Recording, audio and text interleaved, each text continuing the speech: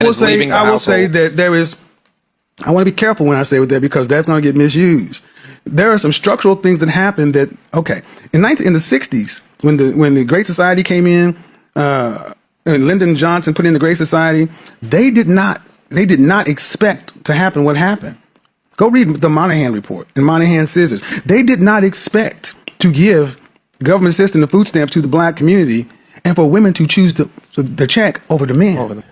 Now, you know, Kevin Samuels, I told you Kevin Samuels wasn't telling the truth when he claimed that women chose the check over the man. Talking about go read Moynihan Report and Moynihan Scissors. Well, let's actually read it. I'm quoting directly from chapter 4, or part 4, The Tangle of Pathology from the Moynihan Report, as it is written. Moynihan states, "It was by destroying the Negro family under slavery that white America broke the will of the Negro people. Although the will has reasserted itself in our time, it is a resurgence doomed to frustration unless the viability of the Negro family is restored. A fundamental fact of the Negro American family life is often the reverse roles of husband and wife.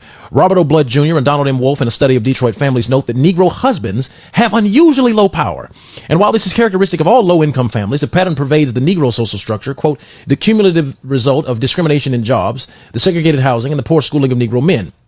In 44% of the Negro families studied, the wife was dominant, as against 20% of white wives. Whereas the majority of white families are equalitarian, the largest percentage of Negro families are dominated by the wife. The matriarchal pattern of many Negro families reinforces itself over the generations.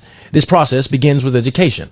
Although the gap appears to be closing at the moment for a long while, Negro females were better educated than Negro males. And this remains true today for the Negro population as a whole. By the way, in 2024, it's still true. Black women are still out-educated when compared to black men. The poorest performance of the male in school exists from the very beginning. And the magnitude of the difference was documented by the 1960 Census and Statistics on the number of children who have fallen one or more grades below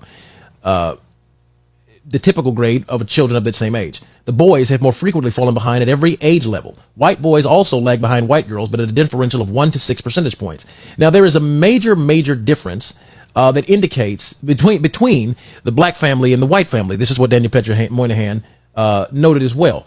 The fact of the matter is that black males are growing up and had been growing up at that point with an absent father.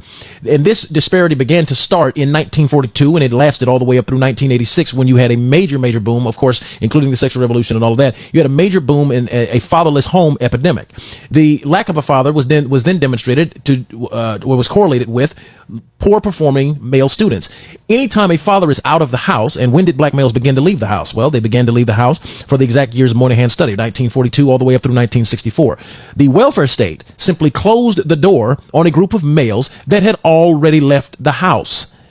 This is so daddy going to get milk and never coming back started in the 1940s. The welfare programs always existed. They started in the 1920s and they always existed predominantly for women that could not go to work because they needed to care for kids. They needed to be at home with their children.